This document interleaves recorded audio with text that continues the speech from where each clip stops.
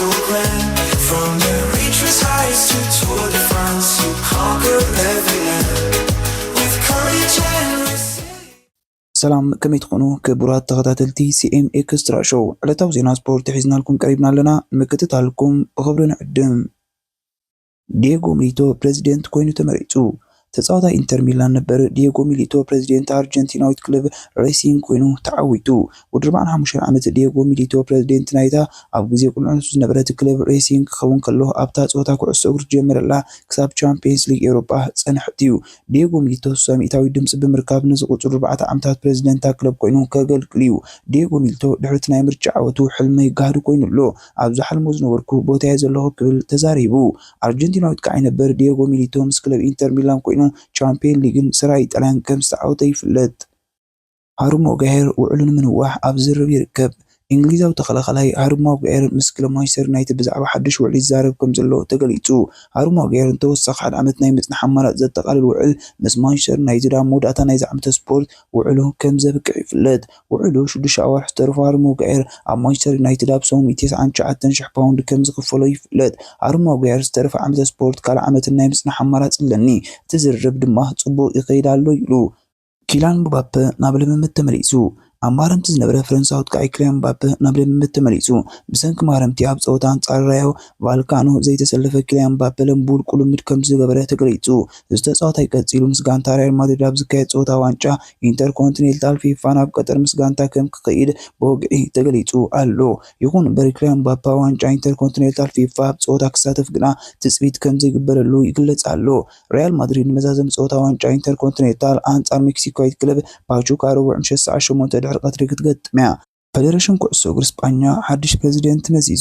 ፌደሬሽን ኩዕሶ እግሪ ስጳኛ ንራፋኤል ሎዛን ፕሬዚደንት ፌደሬሽን ክኾን ከም ዝሸመሎም ብወግዒ ኣፍሊጡ። ቅድሚ ዑደት መዓልትታት ዋንጫ ዓለም 2030 ምስ ሞሮኮ ክትእንግድ ብወግዒ ዝተመርጸ ስጳኛ ሓድሽ ፕሬዚደንት ፌደሬሽን ኩዕሶ እግሪ መሪጻ ኣላ። ራፋኤል ሎዛን ነቲ እንኮ መውዳድቱ ሳልቫዶር ጎማ ብምስዓራ ምርጫ ፕሬዚደንት ፌደሬሽን ተዓዊቱ። ወዲ 57 ዓመት ፕሬዚደንት ራፋኤል ሎዛን ካብ 2019 ጀሚሩ ኣባል ፈጻሚ ሽማግለ ፌደሬሽን ኩዕሶ እግሪ ስጳኛ ኮይኑ ሰሪሑ ነይሩ እዩ። ላሚን ያማል መጉዳእቲ ኣጋጢምኦ። ብሉጽ መንእሰያት ከዓይ ካታሎናዊት ክለብ ባርሴሎና ላሚን ያማል ኣብ አንካሪት ማረምቲ ከም ዘጋጥሞ እታ ክለብ ኣፍሊጣ። እዚ ተጻዋታይ ትማሊ ምሸት ባርሴሎና ብለጋነስ 1-0 ኣብ ዝተሰዓረትሉ ግጥም ማረምቲ ጋጢሞ ተቐይሩ መውጽኡ ዝርሳዕ ኣይኮነን። ነስዒቡ ስጳኛዊ ተጻዋታይ ላሚን ያማል ብሰንኪ ማረምቲ ተዋሓደን 1 ወርሒ ካብ ሜዳ ክርሕቕ ከም ዝኽእል ተገሊጹ። ናይ ሎሚ ዓመት ተዓዋቲ ጎልደን ቦይ ላሚን ያማል ኣብ ዛዕምተ ስፖርት ተረጋጋሚ መስፈርቲ የጋጥሞ ከም ዘሎ ይፍለጥ። ደል ዓሊ ናብ ልምምድ ክምለስ እዩ። እንግሊዛዊ ደል ዓሊ ካብ ዝመጽእ ወርሒ ጥሪ ምስ ኢታልያዊት ክለብ ኮሞ ልምምድ ክጅምር ምዃኑ ተገሊጹ። ብኣሰልጣኒ ሴስክ ፋብሪጋስ ትምራሕ ክለብ ኮሞ ምስታ ጋንታ ብምልማድ ደል ዓሊ ናብ ሙሉእ ቁመንኡ ክምለስ ከም ትሕግዞ ከም ዝሰምዐ ይገልጽ። ኣካፋል ቶተንሃም ነበር ደል ዓሊ ዝሓለፈ ዓመት ምስ ኤቨርተን ዝነበሮ ውዕል ካብ ዝውዳእ ጀሚሩ ብዘይ ክለብ ጸኒሑ። ደል ዓሊ ንዝሓለፉ 11 ወርሕ ብሰንኪ ነዊሕ ጽንዕ ማረምቲ ካብ ጸወታ ርሒቑ እዩ ጸኒሑ። ሎፖቴዝ አንቶኒዮ ናብ ጸወታ ክምለስ ዘለዎ እምነት ገሊጹ። ዓላሚ ዌስትሃም ጁለን ሎፔቴጊ ተጻዋታይ ሚካኤል አንቶኒዮ ካብቲ ዝሓለፈ ሰሙን ዘጋጥሞ ኣሰንባዲ ሓደጋ መኪና ናብ ነብሩ ኩነታት ብምምላስ ዳግማይ ኩዕሶ እግሪ ክጻወት ዘለዎ እምነት ገሊጹ። አንቶኒዮ ዝሓለፈ ቀዳም መኪና እናዘወረ ከሎ ካብ መገዱ ወፂኡ ብምግጫው ኣብ ዝተፈላለየ ክፋል ኣካላቱ መጉዳእቲ ከም ዘጋጥሞ ይፍለጥ። ጋንቱ ዌስትሃም ድሕሪ ኣብ ኩነታት ጥዕንኡ ኣብ ዘርግሓቶ ሓበሬታ ውንኡ ከም ዝፈለጠን ክዛረብ ከም ዝጀመረን ብምግላጽ ኣብ ትሕቲ ጽኑዕ ሕክምናዊ ክትትል ከም ዘሎ ፍሊጣ። በቲ ዝነበረሉ የማናይ ክንፊ ዝተሓምሸሸት መኪንኡ ብሂወት ምድሓኑ ተኣምር ምዃኑ ዝገለጸ አንቶኒ ካብታ ተቐርቂሉ ዝነበረ መኪና ብሂወት ድሕን ንኽወፅእ ኣስታት ሰዓት ክጽበዩ ተቐሲቡ። ሰርዝ ሓደጋ ከዓ ዳግማይ ናብ ጸወታ ክምለስ ዘሎ ተኽእሎ ስሑ ምዃኑ ዝተፈላለዩ ወገናት ዝገልጹ ዘለዉ። ዓላሚኡ ሎፔቴጊ ግን እዚ ናይ ዌስትሃም ናይ ኩሉ ግዜ ዝለዓለ መዝጋብ ሸቶ ዝኾነት ከዓይ ዳግማይ ኩዕሶ ቀልዕ ክርኤ ምዃኑ ይዛረብ። እዚ ስጳኛዊ ዓላሚ እቲ ዝዓበየ ነገር ብሂወት ምውፅኡ እዩ።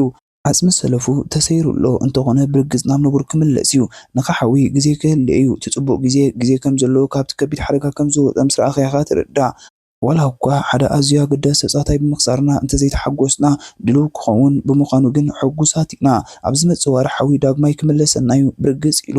እዚ ወዲ 34 ዓመት ጀማይካዊ ኣብ ዘንስዕባ ሳምንቲ ኣብ ሆስፒታል ክጸንሕ ትጽቢት ይግበረሉ።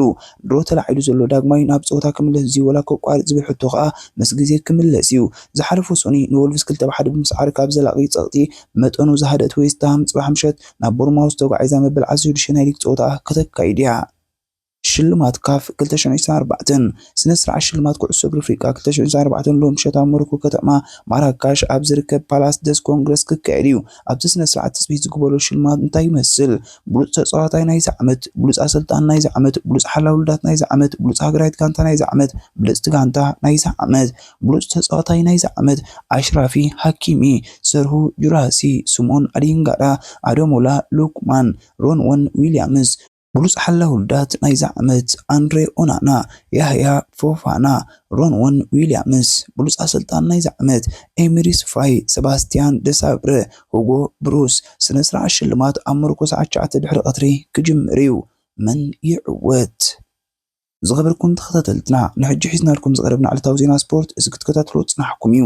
ኣብ ዝቕጽል ምክትታልኩም ኣይተቋርጹ ካልእ እውን ስለ ዘሎ እተን 4 ሕግታት ሼር፣ ላይክ፣ ኮሜንት፣ ሳብስክራይብ ኣይስለልዎን ወድሓንኩም አንበሳ ቢኒ በዓል ስረ አንበሳ አንበሳ ቢኒ በዓል ስረ አንበሳ አንበሳ ቢኒ በዓል ስረ አንበሳ